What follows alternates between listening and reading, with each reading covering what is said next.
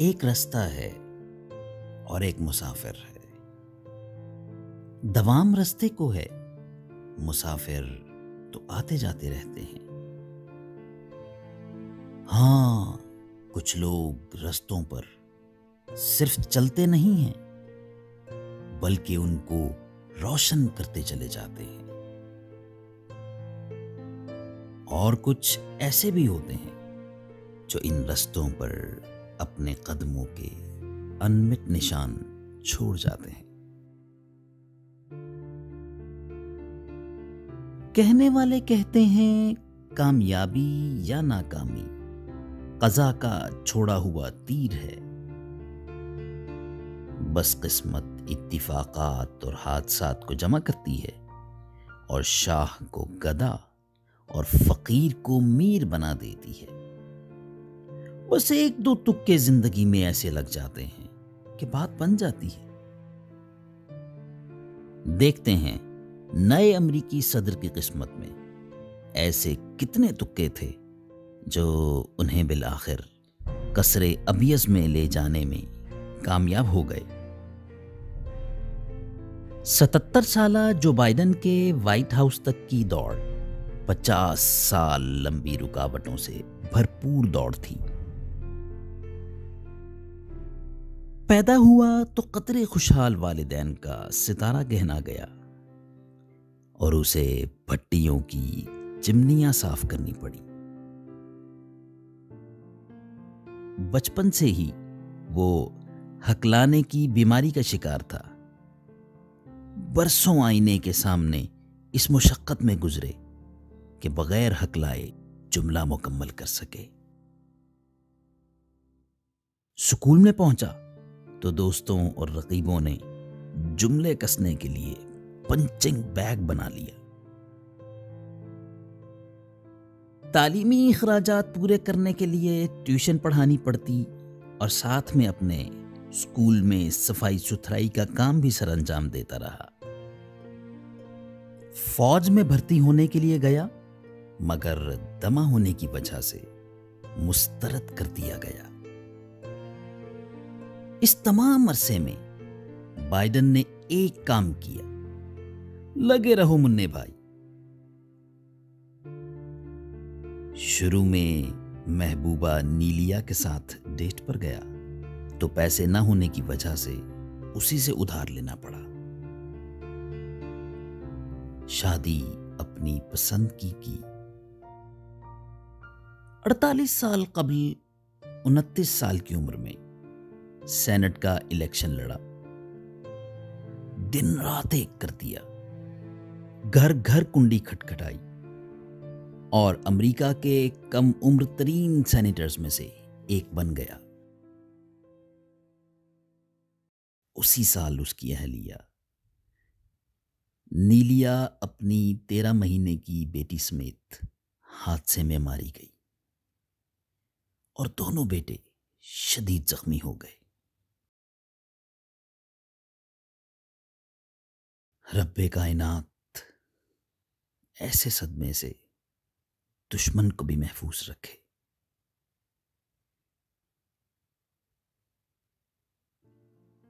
उसने तब खुदकुशी का सोचा, मगर हिम्मत न पड़ी। 1977 में दूसरी शादी की, जिससे उसकी एक बेटी है। और फिर जब 1988 में सदारती इंतखाब लड़ने का सोचा तो एक बरतानवी सियासतदान की तकरीर चोरी करने की पादाश में इंतखाब की दौड़ से बाहर कर दिया गया। 2 मर्तबा मजीद कोशिश की, मगर दरकार हिमायत न मिली। 1988 में ही एक मर्तबा दिमागी मर्ज की वजह से सर्जरी हुई। 3 महीने बाद ही मर्ज के लौट आने की वजह से मजीद सर्जरी करानी पड़ी। 2015 में जब वो बराक ओबामा के साथ नायब सदर था तो उसका एक बेटा कैंसर की वजह से चल बसा। जवान बेटे की मौत ने उसे मजीद तोड़ फोड़ कर रख दिया।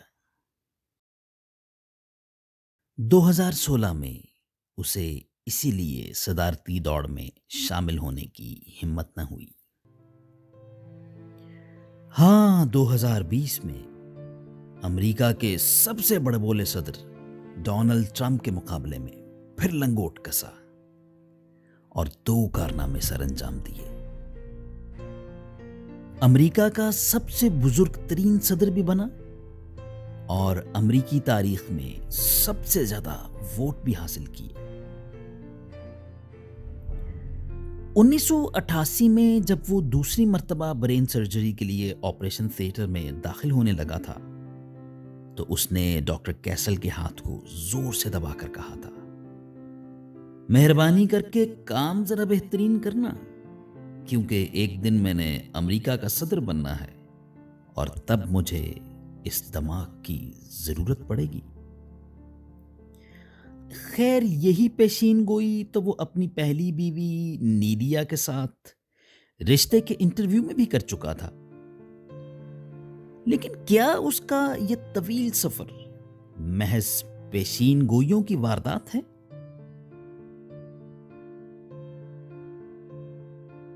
बाइडन हारा भी, बाइडन जीता भी। ताहम उसकी सबसे बड़ी जीत वो 5 मिनट की तकरीर थी जो उसने डेलावेयर में अपने स्कूल के जमाने में की थी। तब वो हकलाने की वजह से बड़बोलों का सबसे बड़ा हदफ था। घंटों उसे शीशे के सामने पसीनों पसीन होना पड़ा था, तब जाकर उसने वो तकरीर हकलाए बगैर खत्म की थी। शायद वो लम्हा उसकी काया पलटने का लम्हा था, जब उसे मालूम हुआ था कि सब मुमकिन है। कितने लोग बाइडन जैसी किस्मत की ख्वाहिश रखते होंगे? उसके अमेरिकी सदर होने के बावजूद शायद बहुत कम। इस जवाब से यह भी पता चलता है कि जिंदगी में कुछ चीजें अमेरिकी सदर होने से ज्यादा कीमती भी होती हैं। जैसी जिंदगी उसने गुजारी और खून आलूद कदमों के बावजूद चलता रहा, वो बताने के लिए काफी है कि ये जोहदे मुसलसल थी जिसने बिल आखिर उसे व्हाइट हाउस पहुंचा दिया। स्कूल के वक्त में अपना नाम बताते हुए हकलाने की वजह से जब बाइडन पर आवाजें कसे गए तो वो रोता हुआ घर चला गया था। तब उसकी मां ने उसे गले से लगाया था और अपनी आंखों के साथ साथ उसके आंसू भी साफ किए थे और उसे कहा था, मेरा बेटा बहुत ज़हीन है, बस जरा सोचता तेज है और बोलता आहिस्ता है, सो अल्फाज पीछे रह जाते हैं। फिर वो बिफरी शेरनी की तरह उसके साथ स्कूल गई थी और उसने उस्तानी से कहा था, याद रखो, अगर मेरे बेटे को फिर किसी ने तंग किया तो मैं तुम्हारा सर खोल दूंगी। शायद ऐसी मां का होना भी बाइडन की खुशकिस्मती था। बाइडन के खानदान में उसका एक करीबी मामू भी हकलाता था और उसने अपनी पूरी जिंदगी कुछ ना करने का तमाम इल्जाम हकलाहट पर डाल दिया था।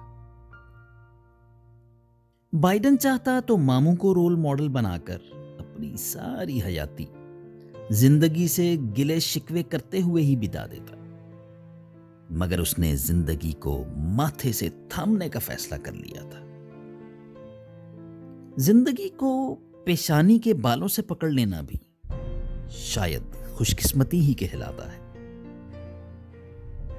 ढूंढने वाले इस कहानी में किस्मत भी ढूंढ सकते हैं और बदकिस्मती भी, कि दोनों के अपने अपने निशान इस कहानी में मौजूद हैं। ताहम एक चीज वाज़ेह है कि बाइडन एक लड़ाका है। वो सूरमा तो नहीं है, मगर सर झुका के चलने वाला लड़ाका जरूर है। शायद कभी कभी मुस्तकिल मिजाजी ही सबसे बड़ी किस्मत की लकीर होती है।